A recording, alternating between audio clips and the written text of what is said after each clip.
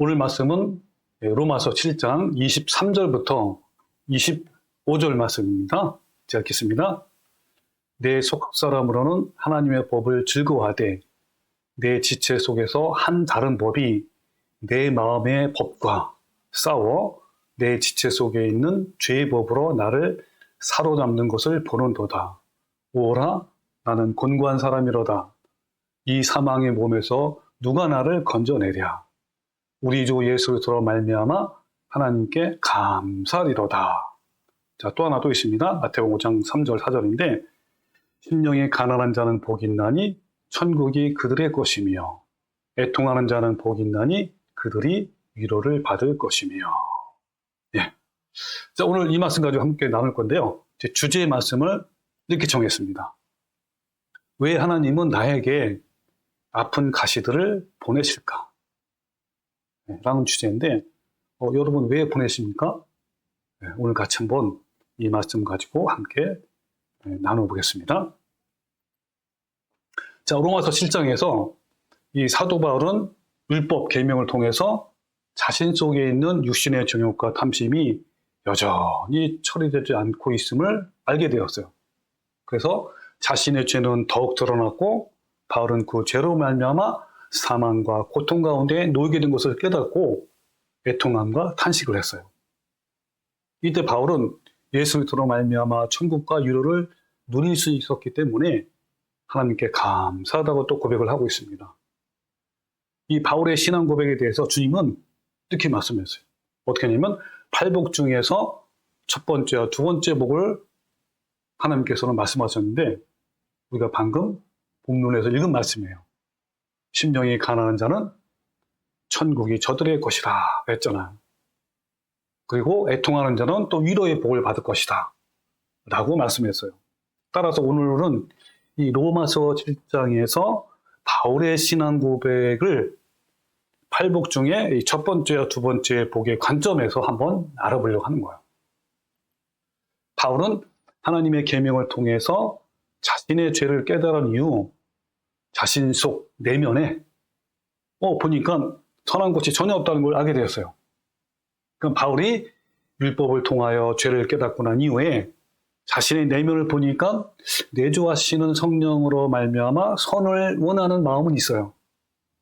그러나 자신 속에는 선한 것이 조금도 없었고 죄는 여전히 살아있는 것과 그리고 오히려 악을 행하는 것을 알고 정말 매우 탄식을 했단 말이에요. 이 부분에 대해서도 사도 바울은 뭐라고 했냐면 로마 7장 19절에 다음과 같이 밝히고 있습니다. 자, 7장 19절 보면 내가 원하는 바 선은 행하지 아니하고 도리어 원하지 아니하는 바 악을 행한다. 근데 만일 내가 원하지 아니하는 것을 행하면 이를 행하는 자는 내가 아니요 내 속에 거하는 뭐라고요? 죄라 그랬어요. 죄성. 육신의 정욕과 탐심. 내 자아란 말이에요. 나의 정체성이죠. 이 죄는요, 우리가 어려서부터 지은 죄를 합리화하고 은폐해서 마음에 쌓인 것들이에요. 또 타인으로부터 받은 마음의 상처들, 억울함이나 우울함, 좌절감, 수치감, 미움, 원망, 시기, 질투, 분노 등등 이런 것들이 처리되지 않고 방치하게 되면 자신의 마음속에 그 무의식이죠. 이걸 이제 지난 시간에 우리는 마음의 무덤이라고 했단 말이에요. 거기에 쌓여요. 거기서 방치되어 있단 말이에요. 그래서 세월이 갈수록 점점 부패해져 간단 말이에요. 과거로부터 받아온 상처와 죄악들이 내 마음에 쌓이고 시간이 갈수록 더 깊은 상처가 되어서 오늘날 나의 성품이 된 거야. 오늘날 나의 자아가 되는 것이고 나의 정체성이에요. 내가 된 것이고 나 자신이란 말이에요. 현재 나의 성품, 인격은요. 나의 과거로부터 지금까지 만들어진 결과예요. 과거부터 지금까지 여러 가지 환경으로부터 생겨난 많은 죄와 상처들이 현재의 나의 성품이고 나의 인격이고 나의 자신인 거예요. 어릴 때부터 지금까지 받아왔던 상처와 아픈 기억들이 끊임없이 자신을 분노하게 만들고 낙심하게 만들고 움츠리게 만들고 교만하게 만드는 거예요. 그 상처들을 한마디로 표현하면 바로 죄덩어리, 죄성인 거예요. 하나님은 우리가 구속을 받은 이후에 성령님의 도우심으로 내 안에 있는 이 죄성들을 제거하고 주님의 거룩함으로 채우시기를 원하시는 거예요. 주님께서 마태복음 7장 26절에 눈 먼 바리새인이여 너는 먼저 안을 깨끗이 하라. 청소하란 말이에요. 제거하란 말이에요. 그래야만 그것도 깨끗하리라. 그럼 어떻게 하면 될까요? 예, 바로 로마서 7장처럼 단식함으로 애통하는 마음으로 주님께 나가면 되는 거예요. 그래서 바울은 가난하고 애통한 마음으로 주님께 나간 거예요. 바울은 내면으로부터 올라오는 부패한 자와 날마다 싸워야 했단 말이에요. 사역이 성공하고 더 커갈수록 더 많이 자아를 죽이기 위해서 골방에서 날마다 몸을 복종해야 했단 말이에요. 바로 이렇게 가난하고 애통하는 마음으로 주님께 나가는 장면이 바로 본문 로마서 7장 23절이에요. 다시 볼까요? 그러므로 내가 한 법을 깨달았다. 그 선을 행하기를 원하는 나에게 악이 있단 말이에요. 이 죄성이 있단 말이에요. 육신의 정욕과 탐심. 그래서 내 속사람으로는 성령으로 말미암아 거룩함을 원하잖아요. 그죠? 이게 하나님 법이란 말이에요. 이걸 즐거워해. 그러나 내 지체 속에 또 다른 한 법인데 아까 말한 이 악이죠. 육신의 정욕과 탐심이 내 마음의 법과 또 싸워요. 이게 바로 영적 전쟁이고 내적 싸움이란 말이에요. 그래서 내 지체 속에 있는 죄의 법으로 막 나를 사로잡아 온단 말이에요. 죄성이 너무너무 강하면 그러면서 그때 오라 나는 곤고한 사람이로다 이 사망의 무에서 누가를 건져내라 라고 한 거야. 바울이 이처럼 자신의 죄성을 깨닫고 단식과 비탄함과 애통함으로 주님께 나가는 것을 팔복에서는 뭐라고 했냐면 첫 번째 심령이 가난한 자는 복이 있나니 천국이 저들의 것이라. 두 번째는 뭐예요? 애통하는 자는 복이 있나니 그의 위로를 받을 것이며 라고 했단 말이에요. 그래서 오늘은 팔복 중에서 이 첫 번째와 두 번째 복의 관점으로 한번 같이 알아봅시다. 자, 용어를 잠깐 정리해 봅시다. 이제 본격적으로 들어가기 전에 여러분 나를 십자가에 못 박는다. 즉 내 자아죠. 정욕과 탐심, 옛사람, 죄성. 이거를 십자가에 못 박는다라는 말은 나는 날마다 죽는다라는 말 같은 말이에요. 또 뭐 같은 말이죠? 예, 하나님과 야곱이 씨름했잖아요. 이 말은 무슨 말이냐면 하나님을 끝까지 붙들고 애통하고 울면서 간구하는 거예요. 이게 바로 팔복에서의 첫 번째, 두 번째 복이에요. 또 다른 말로 표현한 마음의 할례라고 하기도 하고 이것은 하나님의 수술대에 의해서 내 마음이 수술받는 거예요. 또 다른 면에서는 피 흘기까지 죄와 대응해서 싸우고 영적 전쟁, 내적 전쟁이라는 거예요. 그래서 마태복음 5장 29절에요. 눈과 손과 발을 찍어 내어버리는 심정으로 각오로 결단으로 죄를 끊어내는 거란 말이에요. 이 과정이. 자, 그래서 첫 번째는 뭐냐면 아까 마태복음 5장 2절이죠. 심령이 가난한 자는 뭐라고요? 복이 있다. 천국이 그들의 것이며 했는데 심령이 가난한 자는 복이 있나니를 내가 헬라어로 그대로 가져왔어요. 어떻게 하냐면 마카리오스 호 프로푸트코스 토 푸뉴만티 이렇게 바로 심령이 가난한 자는 복이 있나니 이거예요. 자, 이걸 좀 해석을 해야 되는데 봅시다. 이 심령은요, 푸뉴마, 영어로 이제 스피리트잖아요. 헬라어로는 푸뉴마고. 근데 이 푸뉴마는 영혼과 성령 둘 중에 하나예요. 그런데 여기 토 푸뉴마티라고 이게 쓰이면 이 단어는 성령에 쓰이는 단어예요. 즉, 성령에게라는 뜻이란 말이에요. 그 가난하다라는 것은 푸토코스인데 여기서는 가난하다라는 뜻보다는 구걸하다라는 뜻이 더 가까워요. 예를 들면 누가복음 16장 20절에서 나사로라 이름하는 한 거지 할 때 이 거지가 이제 거렁맹인데 이것이 헬라어로 뭐예요? 푸토코스예요. 이 거지는 구걸하는 사람 아닙니까?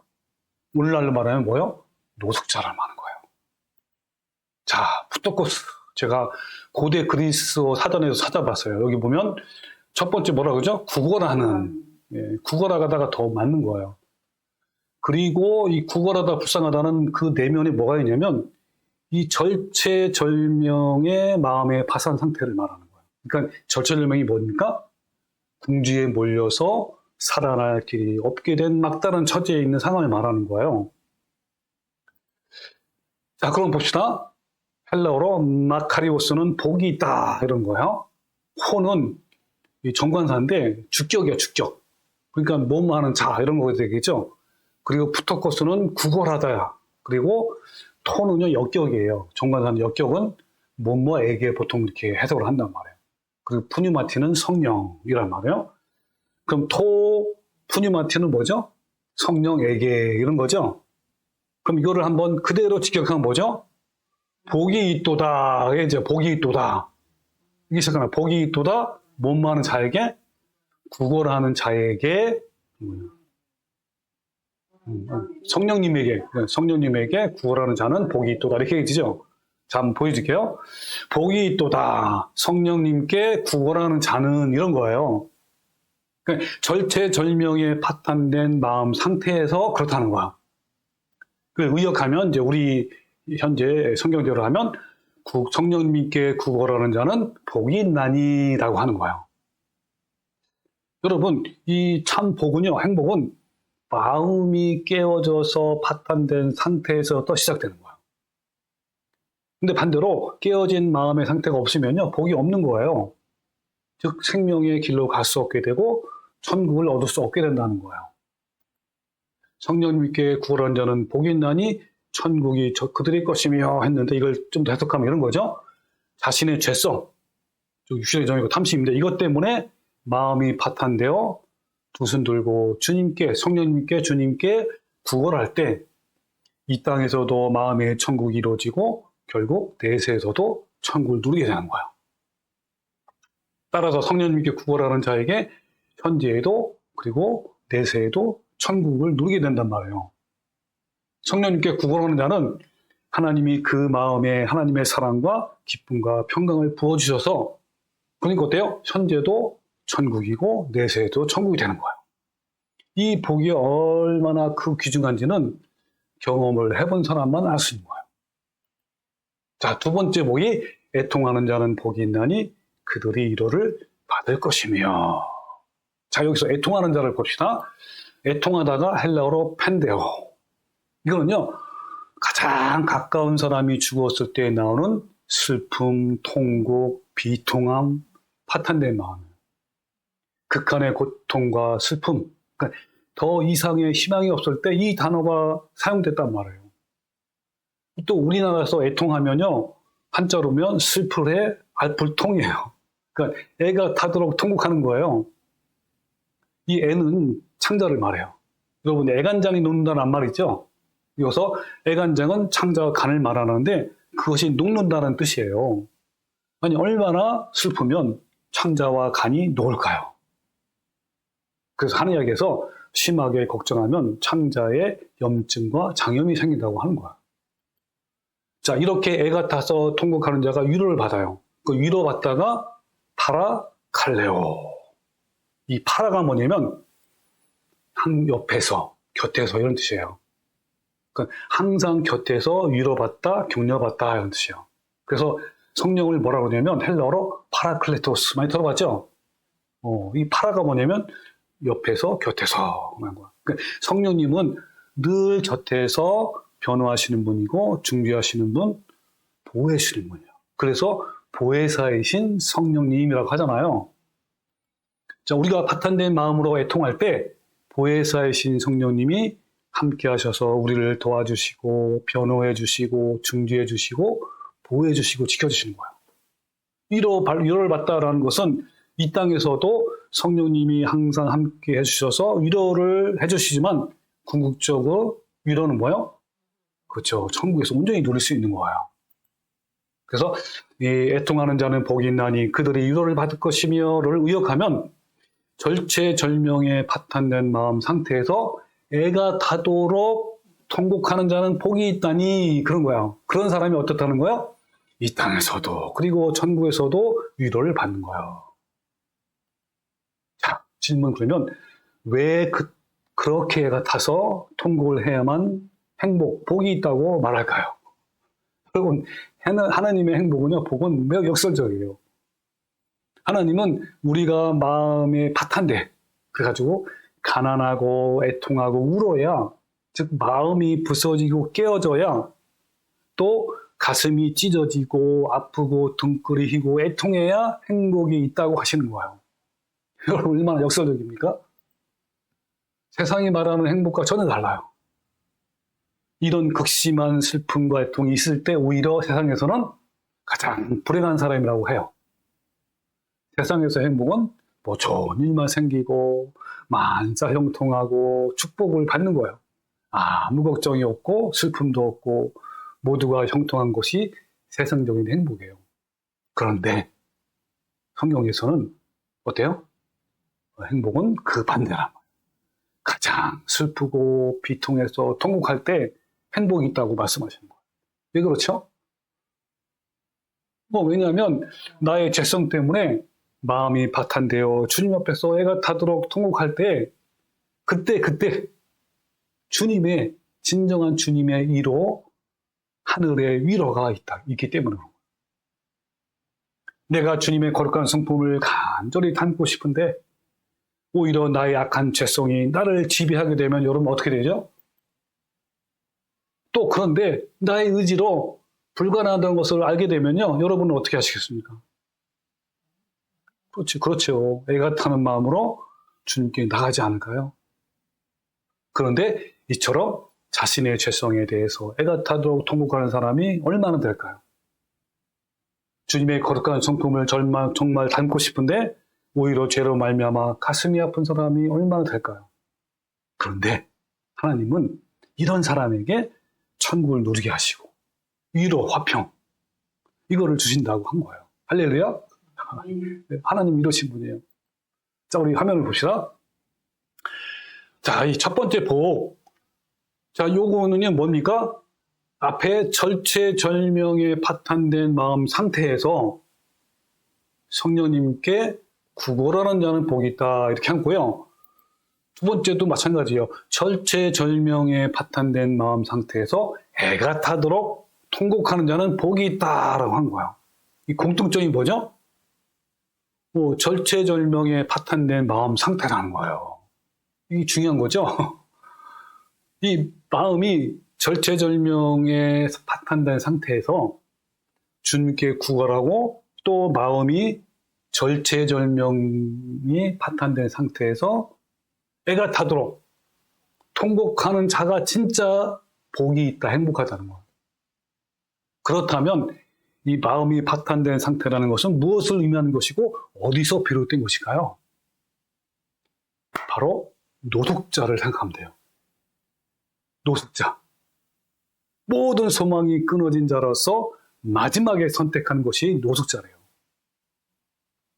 성경에서 노숙자를 대표하는 사람이 타향에서 돼지우리를 치면서 쥐언열매를 먹고 사는 탕자인데 바로 그 상태가 마음이 파탄된 상태예요.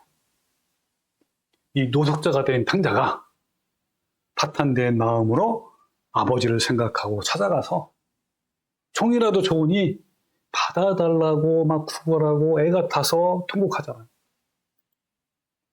지금부터는 아버지 아들이라 일컬음을 감당하지 못하겠습니다.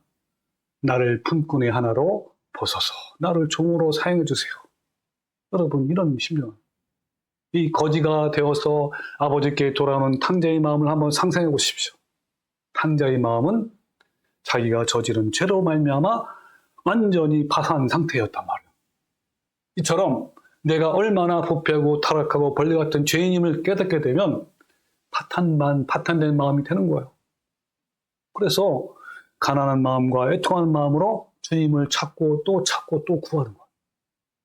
부패한 내 자아가 깨어지고 부서져서 두 손과 두 발을 들고 온전히 하나님께 굴복된 그런 것이 상한 심령이 되고 또 애통하면서 주님께 돌아가게 되는 거예요. 왜 성령님께 구걸하고 애가 타도록 통곡해야 할까요? 왜 그렇죠? 그것은 바로 절체절명에 파탄된 마음의 상태를 아시고 위로와 참 평강을 주실 수 있는 분이 누구밖에 없어요? 주님밖에 없는 거예요. 그렇잖아요. 주님께만 소망이 있는 거라면. 로마서 7장의 바울도 자신의 죄성을 깨닫고 사망에 이른다는 것을 깨닫고 또 나의 어떠한 선한 행위로도 불가능하다는 것을 또 깨달았어요. 그러니까 어때요? 절체절명에 파탄된 마음이 돼요. 그런 상태에 주님께 애타게 구걸하고 통했는 거란 말이에요. 바울은 열심히 율법과 계명을 지켰지만 자신 안에 있는 죄성이 없어지기는커녕 오히려 죄가 더욱 드러나게 되니까 자신의 희망으로 불가능한 것을 알고 주님께 구걸하고 애통한 거예요. 자, 여기서 중요한 것은 첫 번째 뭐예요? 내 안에 있는 죄성을 발견하는 거예요. 두 번째는 그 죄성으로 사망에 이른다는 것을 깨닫는 거예요. 또 저는 여기 더 나가서 그 죄성을 깨달으면 우리 마음이 애통하잖아요. 그죠? 슬프고 하나님에 대해서 죄송하기도 미안하고 막 쥐구멍에 들어가고 싶잖아요. 그리고 그 죄성을 죽이는 것은 내 힘으로 불가능하다는 것을 또 깨달아. 그래야 파탄된 마음이 되는 거예요. 제가 그거를 이해하기 쉽게 하기 위해서 이렇게 그림으로 잘 표현했어요. 자, 성령님께 구걸하고 애통하는 자의 복. 그 첫 번째는 뭡니까? 죄악을 깨달아야 돼요. 내 안에 있는 죄성을. 그 다음에 어떻게 되죠? 그럼 흔들은 봅시다. 그 다음에는 심판과 사망의 있음을 깨달아요. 또는 어때요? 죄로 인해서 막 슬프고 막 그렇잖아요. 그러면 그 다음에는 이것도 해보려고 그래. 저것도 해보려고. 여러분 어떤 행위로도 불가능함을 깨달아요. 아무리 선한 행위를 해도 종교 행위를 열심히 하고 내가 헌금을 많이 해도 내가 열심히 교회 나가고 정말 성경 열심히 기도 많이 해도 난 그걸 깨닫는 거예요. 그럼 저체절명의 마음, 파탄된 마음이 돼요. 그리고 주님께 구걸하고 애통하는 거예요. 팔복이죠. 그러면 어떻게 되는 겁니까? 내 내면의 변화가 돼요. 성품이 변화가 된단 말이에요. 내 마음에 위로가 지고 평강이 넘치고 주님의 기쁨이 있는 거예요. 자, 이렇게 이제 제가 잘 이해하기 쉽게 해서 이렇게 그림으로 잘 표현했습니다. 그러니까 내 안에 부패하고 타락한 죄가 있음을 알고 또 그 죄로 인해서 나의 비참함을 알고 주님을 찾는 거예요. 그래서 내가 하나님 앞에서 어떤 존재인지 그 정체성을 발견하는 것, 나의 진짜 모습을 발견하는 것이 그렇게 중요한 거예요. 그런데 어떻게 하면 나의 죄성을 깨닫게 될까요? 하나님은요, 사랑하는 자녀들에게 여러 가지 방법으로 자신이 얼마나 추악하고 비열하고 간사한지 깨닫게 해주세요. 이 부분에 저는 나중에 또 제가 자세히 또 한번 다루겠습니다. 이게 정말 나구나. 나의 정체가 이렇구나. 내가 이렇게 간사하다니 라고 깨달을 때가 있단 말이에요. 이때 파탄된 마음으로 가난한 심령이 되고 애통하는 마음이 되는 거예요. 진실로 주님을 닮아가게 하는 성도들에게는 하나님께서 그 성도를 사랑하시기 때문에 어떠한 사건, 문제, 고난과 가시, 역경, 시련 등등 이런 걸 통해서 부패한 죄성을 드러나게 해요. 이럴 때마다 그 성도는 절망과 파탄된 마음으로 그 죄성 때문에 주님께 나가서 구걸하게 되고 애 같아서 통곡하게 되는 거예요. 여러분, 바울이라고 특별할까요? 아닌 거예요. 바울도 우리와 동일하게 부패한 죄성을 가진 인간이란 말이에요. 바울은 율법과 하나님의 계명을 열심히 지켰지만, 즉 하나님을 사랑하고 이웃을 사랑한다고 했지만 내면의 거룩은커녕 자신의 죄성이 드러나고 오히려 악을 행하는 자신을 보고 하나님께 구걸하고 애통하면서 나간 거예요. 오라 나는 곤고한 사람이로다. 이 사망의 무에서 누가 나를 건져내랴. 탄식과 애통하면서 주님께 나갔던 거예요. 왜 바울은 무슨 죄가 많길래 날마다 죽어야만 했을까요? 바울같이 유명한 사역자의 가장 큰 약점은 자랑과 교만으로 하나님의 영광을 도둑질하는 거란 말이에요. 이건 너무너무 큰 죄예요. 이걸 알죠, 다 바울이. 그래서 바울은요, 날마다 골방에서 예수님과 직면하면서 혹시라도 영광을 하나님께 돌리지 않고 자기가 취했는지를 돌아보았고, 또 그러한 탐심과 욕망을 날마다 십자가에 못 박아 죽였던 그런 말이에요. 이 날마다 죽는다라는 것은요, 날마다 상한 심령, 파탄된 마음, 가난한 마음으로 주님께 나가서 자신의 죄성을 십자가에 못 박았다라는 거예요. 주님의 십자가 앞에서 날마다 자아를 죽이지 아니하면 그 죄의 유혹과 욕망이요, 어느새 슬그머니 내 안에서 떼아리를 틀고 있고 올라온단 말이에요. 우리 안에 떼아리를 틀고 있는 죄성이 얼마나 또 달콤하고요. 얼마나 유혹적이고 매혹적이고 강한지요. 자, 여러분께 한번 질문을 하겠습니다. 여러분은 어떠신가요? 여러분은 나의 죄 때문에 또는 예수님을 닮지 못했다는 것 때문에 마음이 파탄되어 하나님께 구걸하고 애통한 적이 있습니까? 예전에는 있었는데 지금은 없습니까? 근데 바울은요, 날마다 죽는다고 고백했단 말이에요. 만약에 없다면 여러분은 이 땅에서 그리고 내세에서도 천국을 누리지 못할 것이고 하늘의 위로도 받지 못할 것이란 말이에요. 여러분은 어떠신가요? 자, 시편이 총 150편인데 그 중에 다윗은 73편을 썼어요. 거의 반이죠. 이 다윗의 시를 분류하면요, 감사시, 찬양시, 민족 애가시, 예배 준비시, 또 저주시, 예언시, 비탄시 있는데 이 감사시는 9편인 반면 비탄시는 27편이에요. 3배가 많아. 그러니까 73편 중에 3분의 1에 해당돼요. 그러니까 이 다윗의 시 중에 가장 많은 것이 비탄시예요. 그러므로 다윗의 영성은 비탄적 영성이라고 하는 거야. 이 비탄적인 것과 비관적인 것은 좀 달라요. 이 비탄은 하나님의 소망을 담고 소망하면서 신음하는 것이고, 믿음의 선진들이 영성이 다 모두 비탄적이었단 말이에요. 자신의 죄성 때문에 비탄해하고 또한 이 땅에 하나님 나라가 이루어지지 않고 넘쳐나는 죄악으로 비탄해하면서 속히 하나님의 개입과 간섭을 기대하는 영성이 바로 비탄이에요. 이 비탄을 통해서 그들은 하나님의 나라가 자신에게 이루어지고 온 땅에 이루어지기를 구걸하고 애통히 했어요. 이 성도가 마음이 파탄된 마음으로 골방에 가는 이유는 하나님을 그리워하고 또 하나님을 사랑하고 하나님께만 소망이 있기 때문인 거예요. 마음이 파탄된 진정한 성도는 주님께만 구걸하고 애통하기 위해서 엎드려요.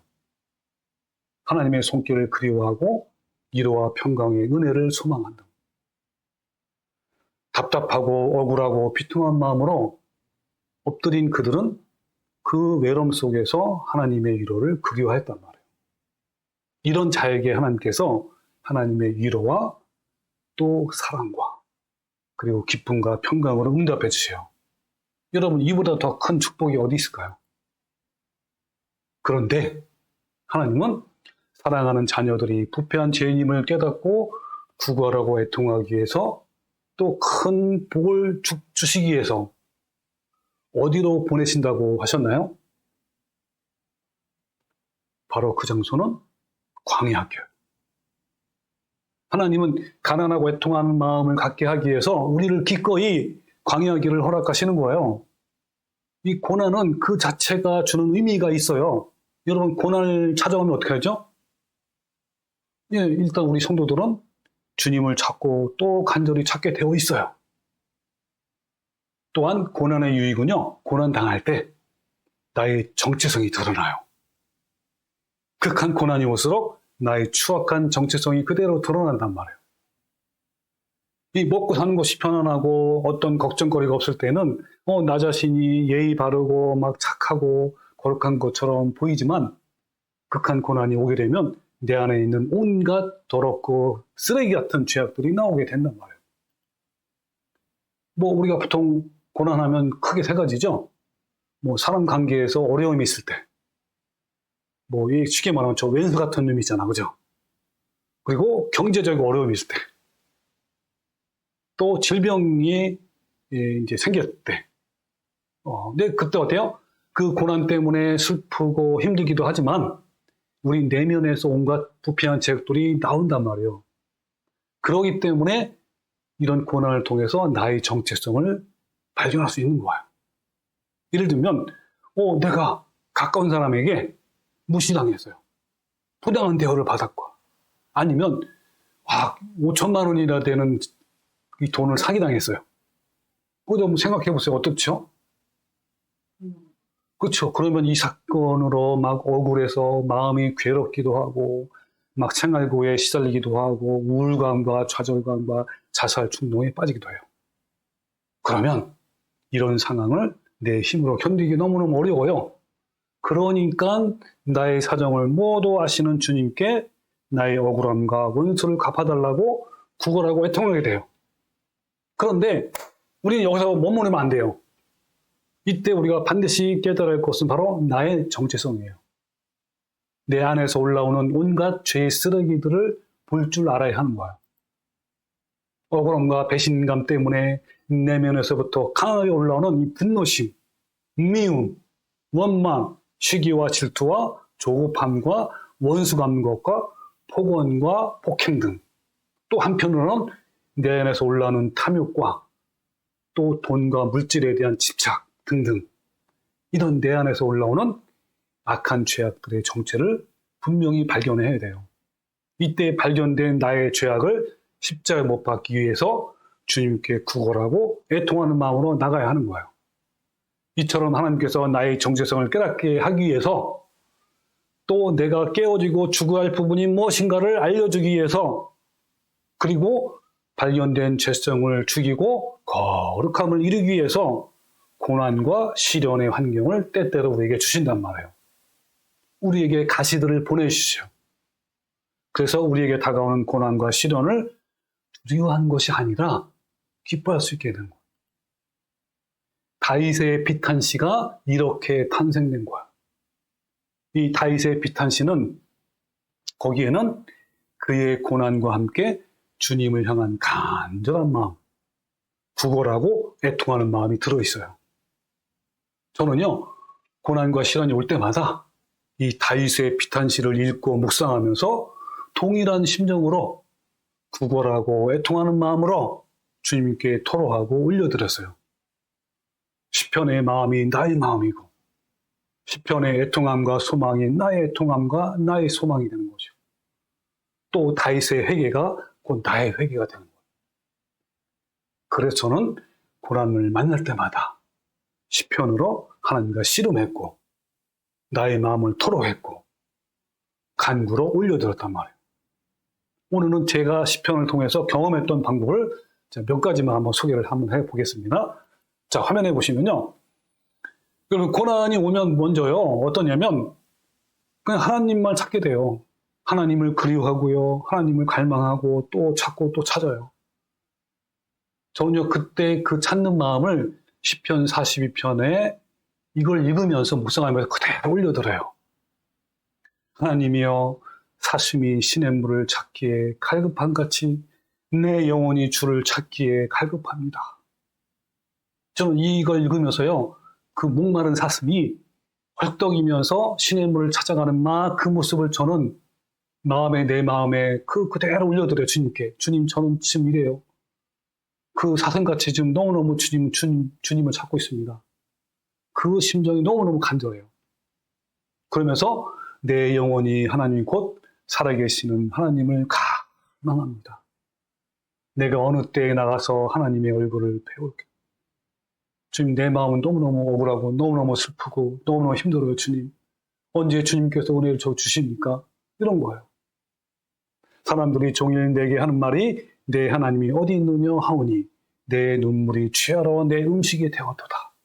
그렇죠. 억울한 일 당하면요, 또 주위 있는 사람들이, 가까운 사람들이에요. 가까운 사람들이 막 저를 비난하잖아요. 조롱도 하고. 그러면 슬픔이 더 많아요. 정말 엉엉 울게 돼요. 그래서 내 눈물이 취하러 내 음식이 된 거예요.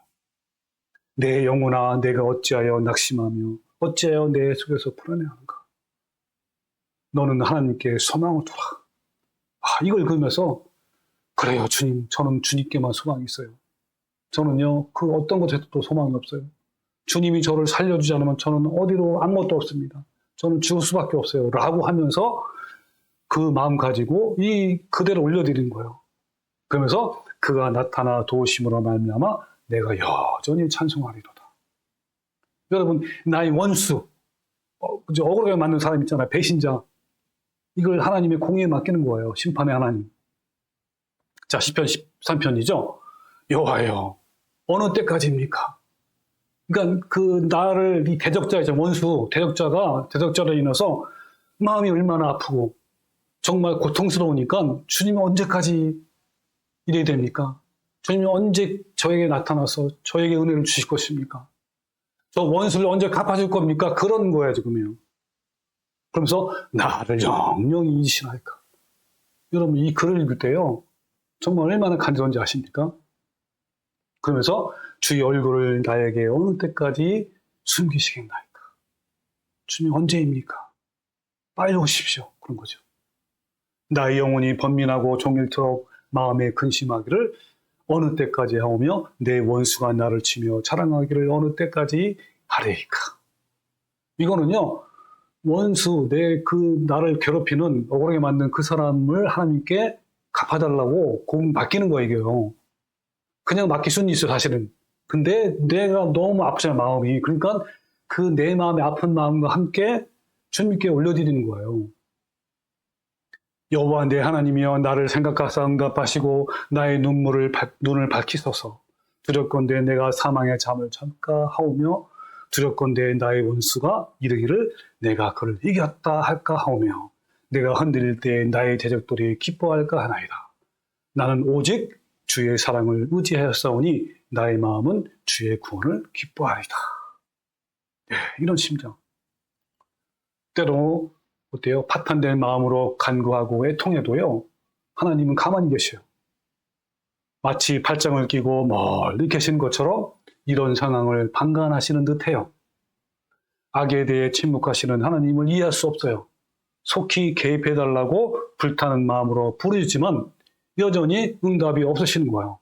이러다가 영영이 응답이 없는 것 같아서 안타까움이 막 넘치죠.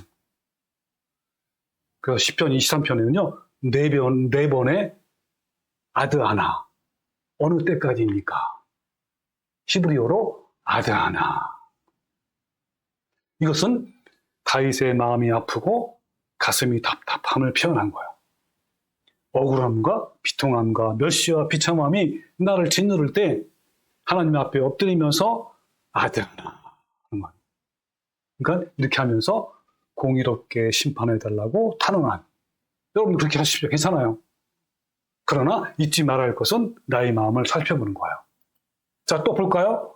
대적들에 대해서 하나님의 공의의 심판을 소망하는 탄원시. 시편 6편. 나의 영혼도 매우 떨립니다. 여호와여 어느 때까지입니까? 여호와여 돌아와 나의 영혼을 건지시고 주의 사랑으로 나를 구원하십시오. 사망 중에서는 주를 기억하는 이도 없사오니 스울에서 주께 감사할 자가 누구리까? 내가 단식함으로 피곤하여 밤마다 눈물로 내 침상을 띄우며 내 요를 적십니다. 너무너무 슬프고 너무너무 괴롭습니다. 그런 거예요. 내 눈이 근심으로 말미암아 쇠하며 내 모든 대적으로 말미암아 어두워졌나이다. 그러면서 또 뭐라고 하냐면요. 너무 통쾌해요, 이 말은. 악을 행하는 너희는 나를 떠나라. 여호와께서 내 울음소리를 들으셨도다. 여호와께서 내 간구를 들으셨으며 여호와께서 내 기도를 받으시더라. 이걸 읽을 때요. 정말 주님께서 이런 확신의 마음이 생겨요, 또. 그래서 내 모든 원수들이 부끄러움을 당하고 심히 떨며 갑자기 부끄러워 물러가리로다. 얼마나 통쾌합니까? 네, 이렇게 이제 하는 거예요. 네. 제가 예전에 진리를 모를 때 또는 그 내 믿음에 성숙하지 못할 때는요, 나의 대적자, 그죠? 원수, 나를 피해주는 자, 억울하게 만든 자, 이런 사람들을 하나님께 공의롭게 심판하달라고 시편을 통해서 간절히 기도했어요. 그런데 지금은 그냥 주님께 맡기면서 내 마음의 평정심을 찾고 주님의 평강과 기쁨을 회복하려고 해요. 근데 이것이 안 될 정도로 큰 고난이 올 때는 또 예전처럼 갈 수밖에 없어요.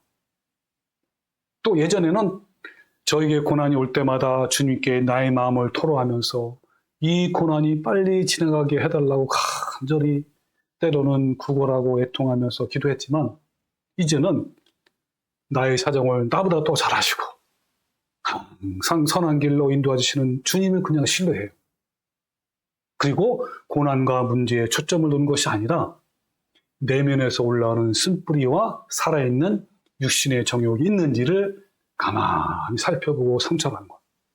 그리고 아직도 살아있는 그 죄성을 가지고 주님께 상하고 통하는 마음으로 나가는 거예요. 제가 좋아하는 찬송가, 우리 지난주에 불렀잖아요. 수요일 날 할 때 310장. 1절만 보면 하나님의 은혜로 있을 데 없는 자 왜 구속하여 주는지 난 알 수 없도다. 근데 후렴이 너무 좋은 거예요. 뭐냐면 내가 믿고 또 의지하면 내 모든 형편 아시는 주님. 늘 보호해 주실 것을 나는 확실히 아네. 하나님을 신뢰하는 거예요. 하나님 정말 나를 잘 아시잖아요. 그분을 신뢰하는 거예요. 먹고 마시고 입는 경제 문제, 안전 문제, 질병 문제 등은요, 하나님께서 채워주시고 보호해 주시고 인도해 주신다고 성경에 분명히 약속했어요. 그러니까 이런 문제는 믿음, 신뢰 영역이지 기도의 문제가 아니란 말이에요. 기도 안 해도 그냥 믿는 거야. 하나님은 나보다 나를 더 잘 아시기 때문에 가장 좋은 길로 인도해 주심을 그냥 믿고 신뢰하는 거란 말이에요. 혹시 나에게 고난과 역경이 오더라도 오히려 더 반대로 더 어렵더라도 그래도요, 이것은 하나님이 나에게 좋은 것을 주시기 위한다라는 것을 알아요. 그리고 그냥 신뢰하고 감사하면 되는 거예요. 네. 그러나 그 고난과 가시가 너무 아프고 힘들 때, 내가 감당이 안 될 때, 그때는 어떻게 된 거예요? 또 주님께 가난하고 애통한 마음으로 그냥 가는 거예요. 그냥 내 믿음이 아직 덜 성장해가지고 거기에 미치지 못할 때는 어때요? 주님께 그냥 가는 거예요. 주님, 저 너무 힘들고 괴로워요. 이 고난이 빨리 지나가게 해주십시오. 내 믿음으로 감당하기가 너무 어렵습니다. 주님, 이 고난을 능히 이길 힘을 저에게 주십시오. 주님의 평강과 기쁨으로 채워주십시오. 나의 원수를 불쌍히 여기는 마음을 주십시오. 라고 하는 거예요. 솔직하게. 그럼 굳이 그러지 말고 주님께 토록 나가는 거예요. 형으로부터 생명이 위협을 받고 있는 야곱이 밤새도록 주님과 씨름하면서, 즉 주님께 구걸하고 애가 타서 통곡하는 것처럼 그렇게 주님께 나가는 거예요. 그 극한 고난 가운데 있는 다윗도요, 다음과 같이 주님께 나갔어요. 제가 좋아하는 시편 중에 또 하나입니다. 이거는 주님께 적용하기도 하잖아요. 십자가 위에서 외친 내 하나님이여 내 하나님이여 어찌하여 나를 버리셨나이까 하잖아요. 그죠? 어찌하여 나를 멀리하여 돕지 아니하시며 내 신음소리를 듣지 아니하시나이까. 진짜 여러분 극한 고난이 올 때요, 내 마음에 요 한 구절이요, 얼마나 내 마음이 똑같은지 그 마음 그대로 주님께 올려드리는 거예요. 내 마음이 가슴이 터지더라고요. 여기 보세요. 내 신음소리를 듣지 아니하십니까? 이게 바로 탄원의 끝이에요. 내 하나님이여 내가 낮에도 부르짖고 밤에도 잠잠하지 아니하오나 응답하지 아니하시나이다. 나는 벌레여 사람이 아니라 사람의 비방거리여 백성의 조롱거리다. 나를 보는 자는 다 나를 비웃으며 입술을 비죽거리고 머리를 흔들며 말하되 그가 하나님께 의탁하니 구원하실걸, 그를 기뻐하시니 건지실걸 하나이다. 그러면서요, 나를 멀리하지 마옵소서. 환난이 가까우나 도울 자 없나이다. 많은 황소가 나를 에워싸며 바산의 힘센 소들이 나를 둘러쌌으며 내게 그 입을 벌리며 찢으며 부르짖는 사자 같은. 그러면서 여호와여 멀리하지 마옵소서. 나의 힘이시여 속히 나를 도우소서. 나를 구원하소서. 내 생명의 칼에서 건지시며 내 유일한 것을 개새에게 주지 마십시오. 하면서 정말 간절히 주님께 올려드리는 거예요. 네. 이처럼 수많은 연단을 통해서 우리의 믿음은 더 단단해지고 좀 더 성숙하면요, 웬만한 고난에도 마음이 흔들리지 않고요, 주님을 신뢰할 수 있게 되는 거예요. 그래서 우리는 점점 고난 자체에 초점을 맞추는 것보다 나의 내면에 더 초점을 맞추는 거예요. 이때 나의 죄성이 적나라하게 드러나면 어떻게 할까요? 네, 시편 38처럼. 자, 나의 죄 때문에 이제 괴로워하는 시란 말이에요. 탄원하는 시예요. 여호와여, 주의 노하심으로 나를 책망하지 마시고 주의 분노하심으로 나를 징계하지 마소서. 여러분, 하나님께 징계를 받아본 사람은요, 이 말이 진짜 이해가 돼요. 저도 징계를 받았거든요. 저는 얼마나 징계를 무서워하는지 진짜 몰라요. 저는 그냥 바로 깨갱해, 주님께. 징계하지 마소서. 주의 화살이 나를 찌르고 주의 손이 나를 심히 누르시나이다. 여기잖아, 주님께서 하신다는 거예요, 징계. 주님의 징계가 무서워요. 그래서 무서울진저 그러잖아요, 주님의 징계가. 주의 진노로 말미암아 내 살이 성한 곳이 없사오며 나의 죄로 말미암아 내 뼈에 편안함이 없나이다. 내 죄악이 내 머리에 넘쳐서 무거운 짐 같으니 내가 감당할 수 없나이다. 여러분, 바로 이 죄악이 나를 이렇게 누르고 있단 말이에요. 너무너무 힘들어요, 죄 때문에. 너무너무 주님께 슬프고요. 그냥 슬픈 거예요, 그 죄 때문에. 내 상처가 썩어 악취가 나오니 내가 우매한 까닭입니다. 내가 아프고 심히 구부러졌으며 종일토록 슬픈 중에 다니나이다. 여러분, 죄악이 나를 짓누르면요, 그냥 밤에도 낮에도 그냥 슬픈 거예요. 슬픔 중에 다니는 거예요. 내가 피곤하고 심히 상하였으며 마음이 불안하여 신음하나이다. 주여, 나의 모든 소원이 주 앞에 있사오며 나의 탄식이 주 앞에 감추이지 아니하나이다. 내가 넘어지게 되었고 나의 근심이 항상 내 앞에 있사오니 내 죄악을 아뢰고 내 죄를 슬퍼합니다. 여러분, 정말 슬퍼요. 이 죄를 짓고 죄를 슬퍼하지 않으면요, 정상이 아닌 거예요. 그 시편 51편은요, 다윗 왕이 밧세바와 결혼한 후 이 범죄를 은폐하기 위해서 그녀의 남편 우리아를 죽게 하였고, 죄를 깨닫게 하기 위해서 하나님께서 나단 선지자를 보내 책망하게 하신 사건을 배경으로 하고 있어요.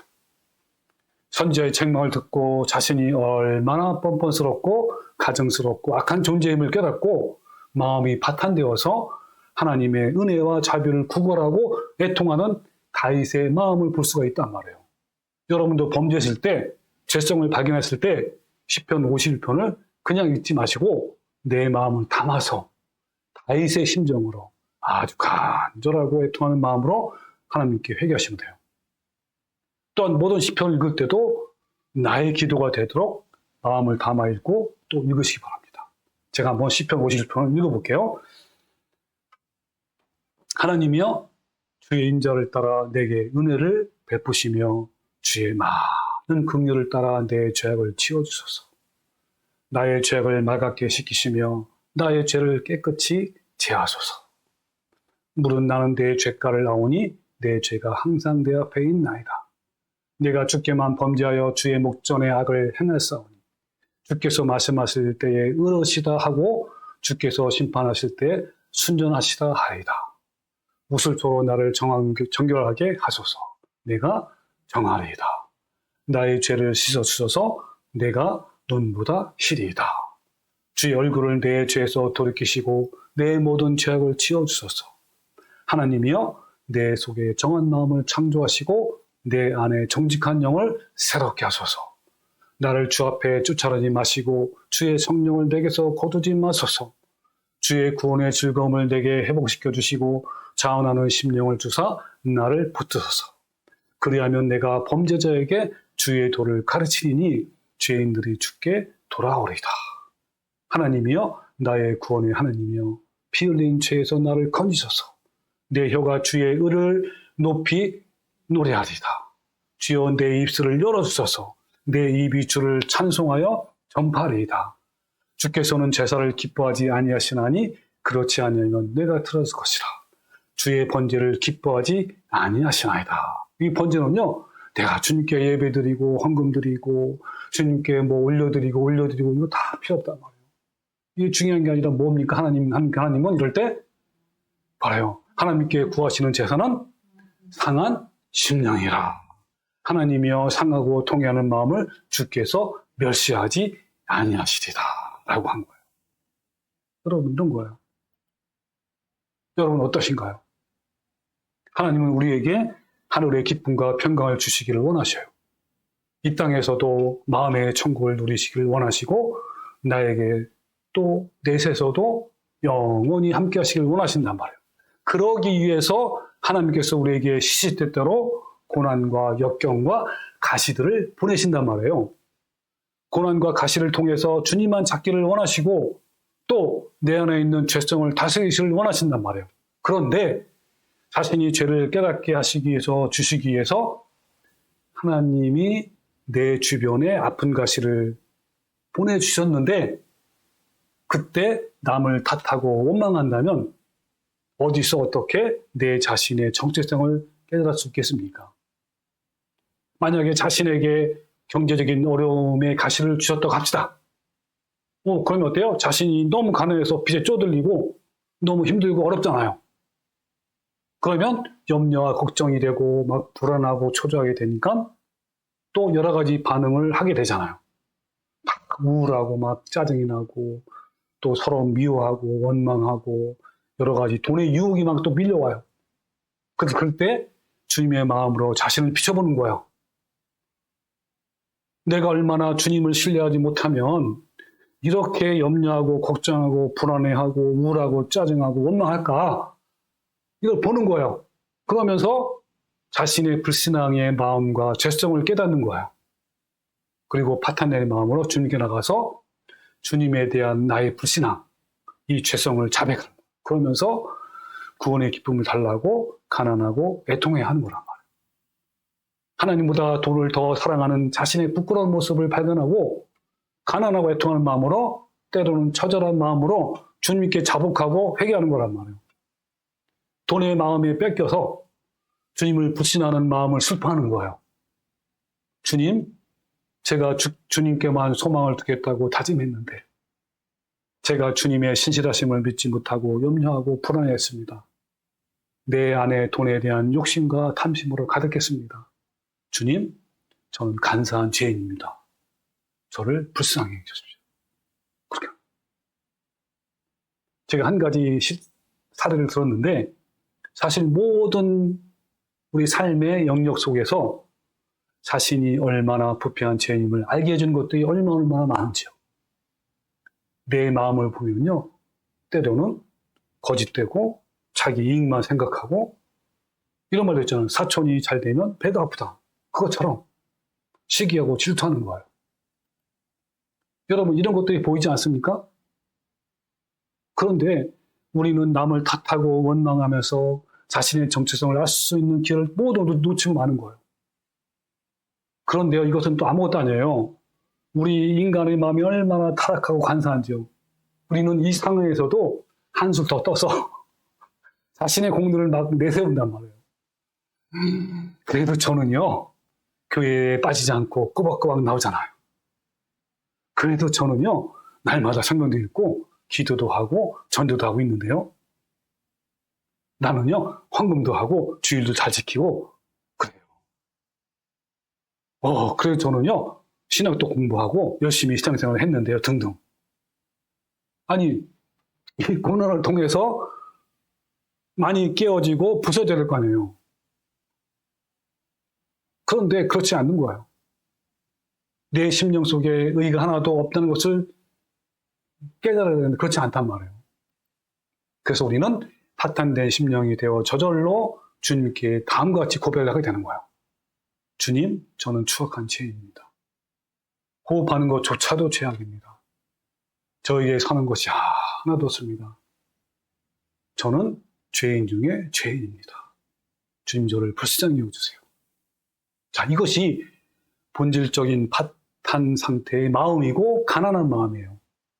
파탄된 마음에서 나오는 것이 성령님께 구걸하는 것이고 애통하는 거예요. 이것이 복이란 말이에요. 천국을 향해 가는 사람들은 반드시 이런 경험을 해야 하는 거예요. 여러분은 어떠신가요? 여러분 우리 모두 가난하고 애통하는 심령이 되어 주님의 은총을 누리는 성도가 되시기를 주님의 이름으로 축원합니다. 아멘.